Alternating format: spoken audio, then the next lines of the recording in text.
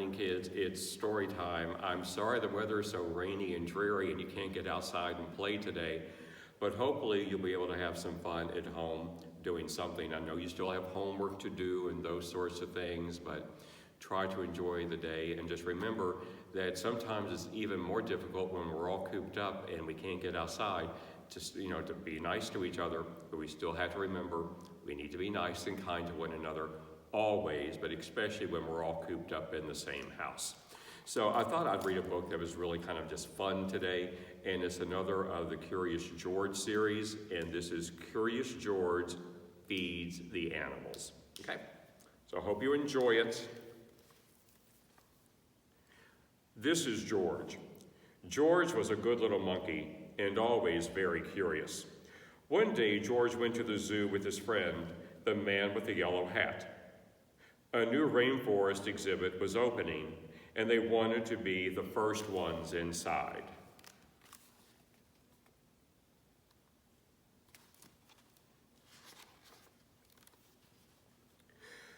But when they got to the new exhibit, the doors were closed. "We'll have to come back later, George," the man said. "Why don't we visit the other animals while we wait?"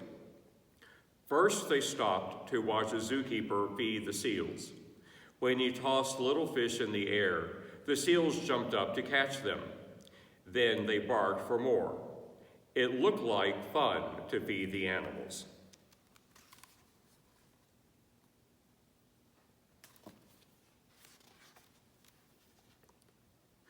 "Would you like something to eat too, George?" asked the man with the yellow hat, and he bought a snack for them to share. When they stopped to see the crocodile, George remembered how the zookeeper had fed fish to the seals. He was curious. Would the crocodile like something to eat? George tossed him a treat, and the crocodile snapped it out of the air.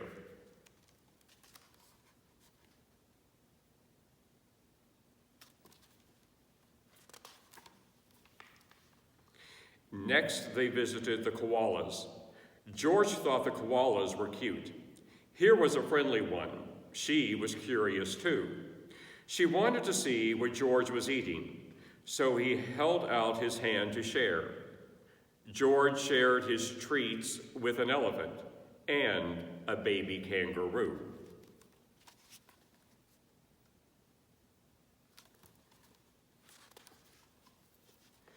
George was making lots of new friends at the zoo. The lion was already eating, but the hippopotamus tried to snack. Next, he gave a treat to an ostrich.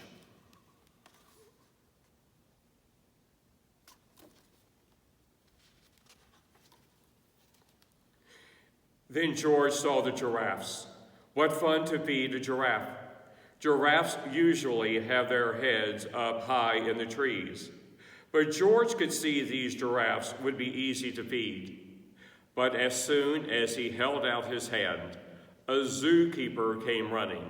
The zookeeper looked angry. Was he angry with George? George didn't know, and he didn't want to stay to find out. He slipped away.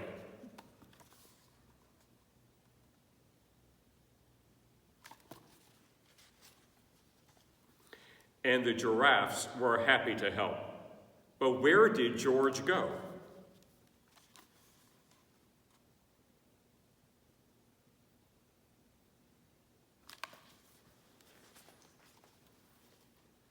He was trying his best to hide, but little monkeys can't stay still for long.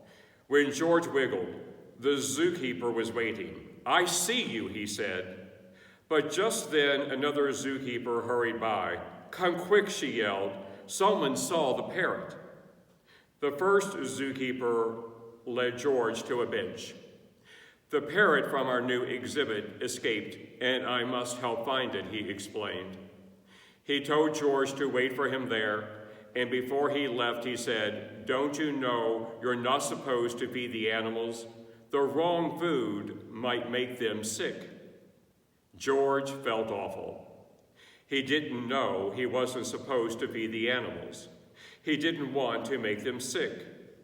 George was looking at the treat in his hand when all of a sudden,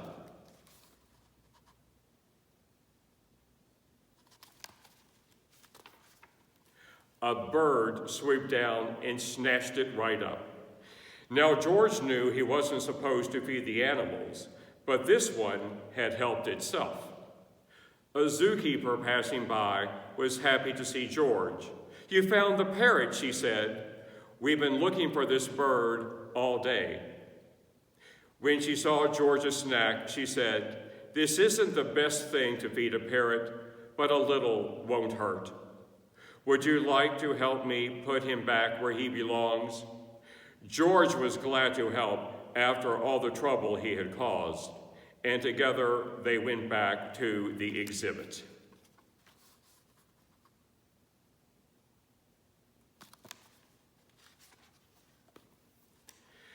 "There's our problem," the zookeeper said, pointing to a hole in the netting. As the zookeepers discussed how to fix it, George had an idea. He climbed up like only a monkey can, and when he reached the hole, he tied the netting back together. Meanwhile, the first zookeeper returned. "Catch that naughty monkey," he yelled. He was feeding the animals. "But that little monkey found the parrot," another zookeeper told him. "And look, he fixed the netting. Now we can open the exhibit." When George came down, all the zookeepers cheered.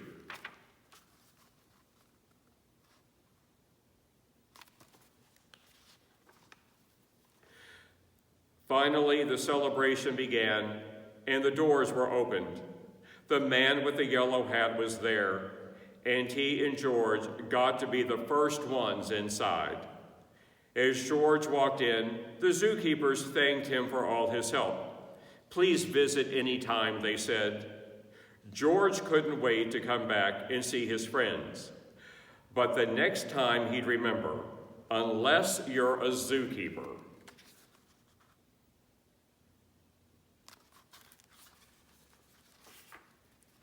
don't feed the animals.